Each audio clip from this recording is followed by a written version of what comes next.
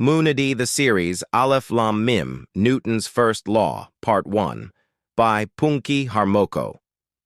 Thanks to his ingenuity, Munadi is famous throughout the world. The Ming Kingdom was no exception, a kingdom that adheres to godlessness. Of course, King Ming at that time wanted to test Munadi's ingenuity, gathering of royal philosophers and intellectuals. They held a meeting to ask questions that Munadi was unable to answer. Questions are collected, discussed one by one, until they came to a question that they considered brilliant. Munadi certainly couldn't answer that. Munadi came as a royal guest, welcomed in such a way, and treated to royal food by the king. After entertaining Munadi, a scholar who had been appointed by the king asked a question. "Oh, Munadi, we want to ask something." "Please kiss," answered Munadi calmly. His face was dark. Even though his heart was troubled, he realized that something was wrong. "Your holy book has Aleph Lam Mim in the verse. It means that only God knows the meaning. You also say that your God is most merciful. But we consider your God to be stingy. The proof is that he is stingy. Aleph Lam Mim is not even told what it means.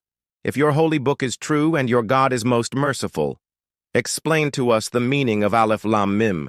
Munadi smiled bitterly. He was honest at that time. He didn't know the meaning of Aleph Lam Mim.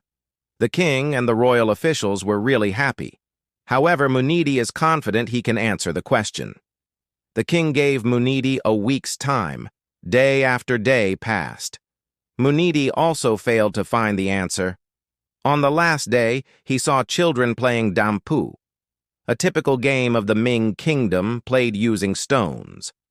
While he was busy watching the children's joy, his heart asked the master of the universe, asking for guidance to answer strange questions from people who don't know God.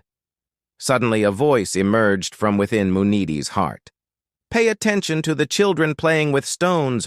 Surely you will be able to explain what they don't know." Rocks and children. How could it be? When Munadi was about to ask again, the voice had disappeared. But a moment later he got an idea. He invited the children to play dampu in the royal palace.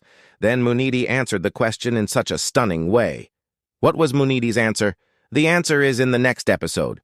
Greetings.